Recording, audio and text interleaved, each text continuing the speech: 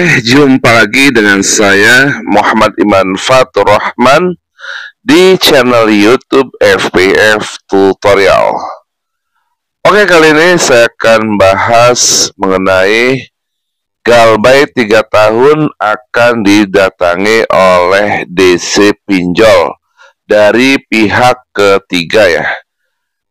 Nah, ini ada rekanan pihak tiga namanya PT Tin, dia menagih ke rumah ya, ke rumah nasabah yang Galbay lebih dari 3 tahun. Lalu pinjol-pinjol apakah yang menagih nasabah yang Galbay lebih dari 3 tahun tersebut? Yang pertama ada pinjol namanya Uang Mi ya. Nah, dia kerjasama dengan rekanan pihak tiga dari PT Tin menagih ke rumah ya. Nah, ini terjadi di wilayah Sumatera ya untuk Uang Mi ini. Tapi tidak menutup kemungkinan juga di daerah-daerah lain dia akan menagih juga ya. Yang kedua Indodana. Nah, Indodana juga sama menagih melalui pihak ketiga setelah Galbay 3 tahun di Indodana. Nah, udah kalian tahu ya bahwa Indodana ini memiliki DC lapangan ya. Nah, dia tersebar di wilayah Jawa Timur, Jabodetabek ya, dan di wilayah Sumatera juga ada. Jadi bagi kalian yang Galbay di Indodana lebih dari 3 tahun harap berhati-hati ya. Lalu yang ketiga ada Kredivo. Nah, ini Kredivo juga sama menagih nasabah yang Galbay lebih dari 3 tahun.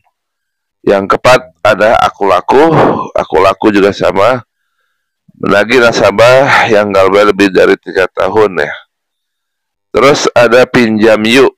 Nah, Pinjam Yuk juga sama memiliki DC lapangan ya, tapi masih random ya.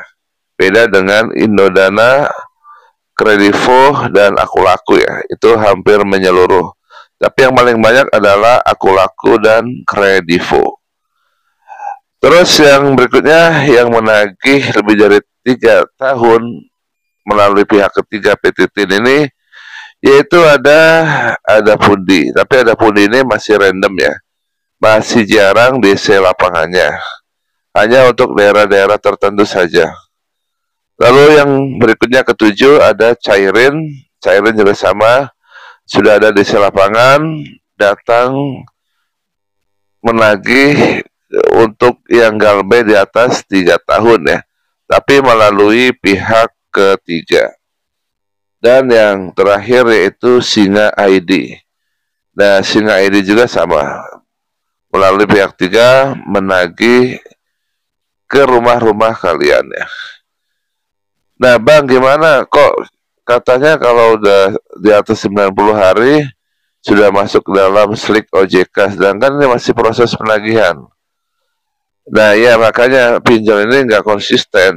Jadi harusnya ketika dia mentaati peraturan dari OJK bahwa setelah Galbay lebih dari 90 hari harusnya biarkan aja OJK yang berperan di sana. Si nasabah yang Galbay itu harusnya membayar di slik OJK.